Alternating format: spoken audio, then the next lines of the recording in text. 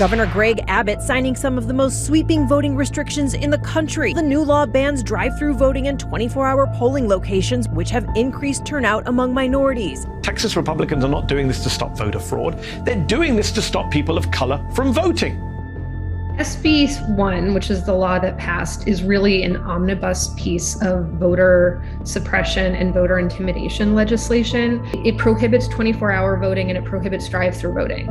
And there's no reason for this. It made voting accessible. And that is not something the Texas legislature is interested in making available, particularly in places like Harris County. Texas is already one of the hardest states to vote in. We already have elections that are antiquated and have intentionally not progressed. This lawsuit and litigation is a tool that we have to fight back.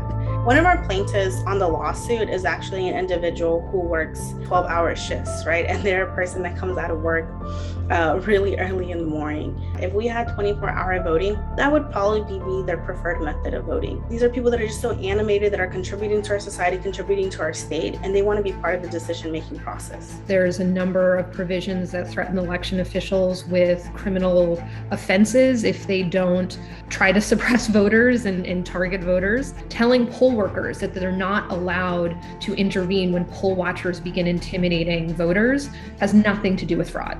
That absolutely is just giving a green light to people who are going to make it terrifying to vote in Texas. Texas has drastically changed in the past few decades. We're battling a lot of narratives of what Texas is. We're not a state where only a certain demographic votes. We're not a state where only a certain demographic lives. We're a diverse, young state looking for different opportunities, wanting economic growth and mobility.